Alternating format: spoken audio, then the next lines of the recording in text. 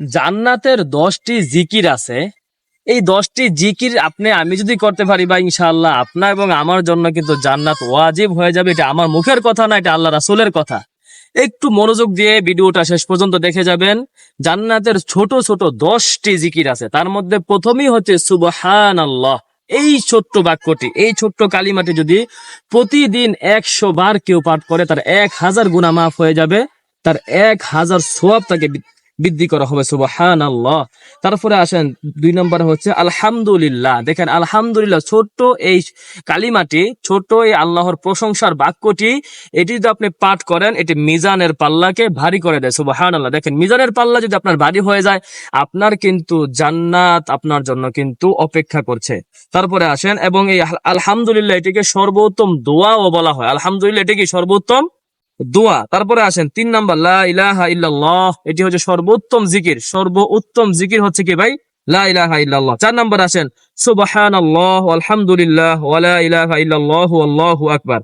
এই কালিমাগুলো আল্লাহর নিকট অধিক অধিক পরিমাণে প্রিয়, আল্লাহর নিকট অধিক প্রিয়। এবং আল্লাহ রাসূল সাল্লাল্লাহু আলাইহি ওয়াসাল্লাম বলেন যে এই কালিমাগুলো আমার কাছে পৃথিবীর সমস্ত কিছুর চাইতে উত্তম। সুবহানাল্লাহ।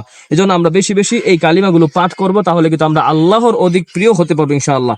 তারপর আসেন ভাই 5 নম্বরে, যে ব্যক্তি সুবহানাল্লাহ ওয়া বিহামদিহি, সুবহানাল্লাহি ওয়া বিহামদিহি, এই দোয়াটুকু প্রতিদিন 100 বার পাঠ করবে, সমুদ্রের ফেনা পরিমাণও যদি তার গুনাহ হয়, আল্লাহ তাআলা তার এই গুনাহগুলো মাফ করবেন। সুবহানাল্লাহ।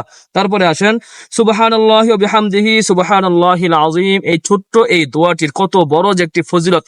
নবী সাল্লাল্লাহু আলাইহি ওয়াসাল্লাম বলেছেন, এই কালিমাগুলো উচ্চারণে সহজ, মিজানের পাল্লায় অধিক অধিক ভারী এবং আল্লাহর নিকট অধিক প্রিয়। অর্থাৎ এই কালিমাগুলো আপনাকে আমাকে বেশি বেশি করে আদায় করতে হবে। তারপরে আছেন, যে ব্যক্তি সুবহানাল্লাহিল আযীম ওয়া বিহামদিহি এই দোয়াটা পাঠ করবে, এই দোয়াটা পাঠ করবে, প্রতিবার তার জন্য জান্নাতে একটি করে খেজুর গাছ রোপণ করা হবে। কোন দোয়াটি ভাই? সুবহানাল্লাহিল আযীম ওয়া বিহামদিহি। যতবার পাঠ করবেন প্রতিবারই একটি করে খেজুর গাছ আপনার জান্নাতে রোপণ করা হবে। তারপর আছেন 8 নাম্বার, লা হাওলা ওয়ালা কুওয়াতা ইল্লা বিল্লাহ। এটি হচ্ছে যে জান্নাতের গুপ্তধন সমূহের মধ্যে এটিও একটি গুপ্তধন, আল্লাহ রাসূল বলেছেন। তারপরে আসেন 9 নম্বরে হচ্ছে যে সুবহানাল্লাহি আলহামদুলিল্লাহি ওয়া লা ইলাহা ইল্লাল্লাহু আল্লাহু আকবার আল্লাহু আকবার। এই কালিমাগুলো হচ্ছে অবশিষ্ট নেক আমল সমূহ। অর্থাৎ এই কালিমাগুলো যখন আপনি বেশি বেশি করে পাঠ করবেন, আপনি অবশিষ্ট কিছু নেক আমল কিন্তু আপনার আমল নামার মধ্যে জমা হয়ে যাবে ইনশাআল্লাহ। দেখেন সর্বশেষ 10 নাম্বার জান্নাতের যে জিকিরগুলো আছে, তার মধ্যে 10 নম্বরে হচ্ছে যে আল্লাহ রাসূল সাল্লাল্লাহু আলাইহি ওয়াসাল্লাম বলেছেন, যে ব্যক্তি আমার উপরে একবার দুরূদ পাঠ করবে, আল্লাহ তার উপর 10 বার রহমত নাজিল করেন, 10 বার তার উপরে রহমত নাজিল করেন, তার 10টি গুনাহ মাফ করেন এবং তার 10টি দরজা তার জন্য বুলন্দ করেন। সুবহানাল্লাহ।